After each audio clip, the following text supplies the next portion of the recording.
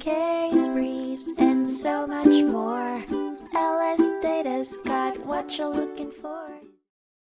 In a 1996 case in the United States District Court for the District of Nevada, Stroud v. Cook, the court addressed the issue of whether past convictions could be introduced as evidence in a negligence case and how state laws could create a presumption impacting the burden of proof. The case centered around a car accident between Stroud and Cook, with Stroud accusing Cook of negligent driving leading to the collision. Stroud aimed to use Cook's previous traffic law violation as evidence of negligence. The accident took place on June 30, 1993, in Eureka, Nevada. Cook was fined for failing to use due care while operating his vehicle. The court ultimately ruled that Cook's past conviction could be used as prima facie evidence of negligence, but could be subject to rebuttal evidence.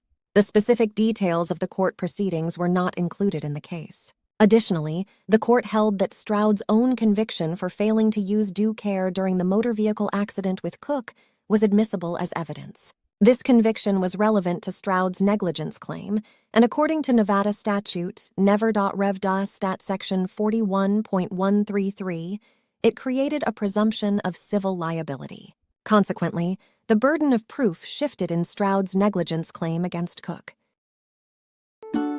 Case briefs, and so much more. LSData's got what you're looking for. Visit lsd.law, elevate your mind. Leave the stress of class.